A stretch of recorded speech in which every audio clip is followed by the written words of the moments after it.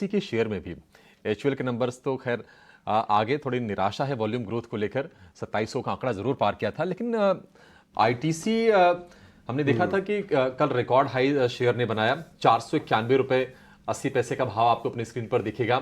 इस पर जरा व्यू लेते हैं।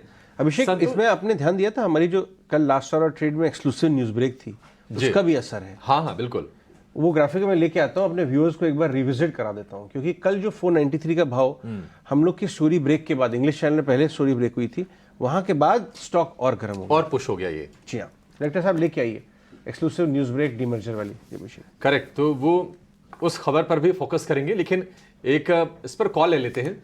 संतोष, क्या लगता है आपको, आईटीसी 500 रुपए की तरफ तो ये बढ़ गया है मजबूती से और लगातार इसमें बाइंग आ रही है।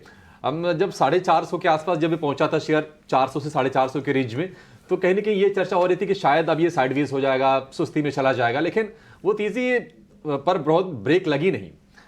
ये बताइए कि क्या 500 के ऊपर जाने को ये शेयर तैयार है, और उसके बाद अगर निकला तो क्या और बड़ी तेजी ट्रिगर होगी वहां से?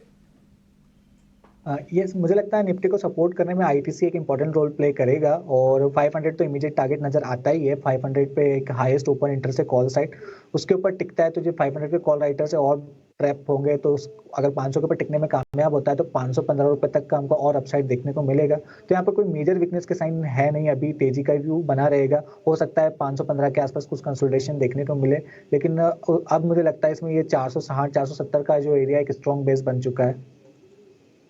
470 का स्ट्रॉन्ग बेस, और स्ट्रीट इसी के लिए बहुत एक्साइटेड भी है कई महीनों से डी मर्जर को लेकर कि एसेट लाइट मॉडल पर का फोकस कंपनी करने वाली है, और उसको लेकर जल्द ही इस पे और क्लैरिटी आएगी। ये एक्सक्लूसिव खबर भी आपने देखी ईटी नाउ पर, ईटी नाउ स्वदेश पर। इसका रिकैप ले लेते हैं, जो अर्निंग बेस एक्शन है फिर न्यूज बेस एक्शन है। पूजा बताएं।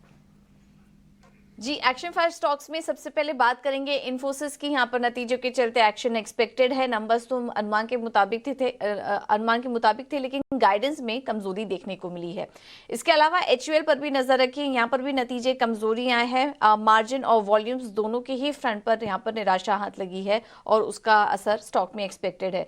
एलएनटी भी फोकस में रहेगा। 25 जुलाई को बोर्ड की बैठक होगी, जिसमें कि बायबैक और स्पेशल डिविडेंड पर देने पर कंपनी विचार कर सकती है।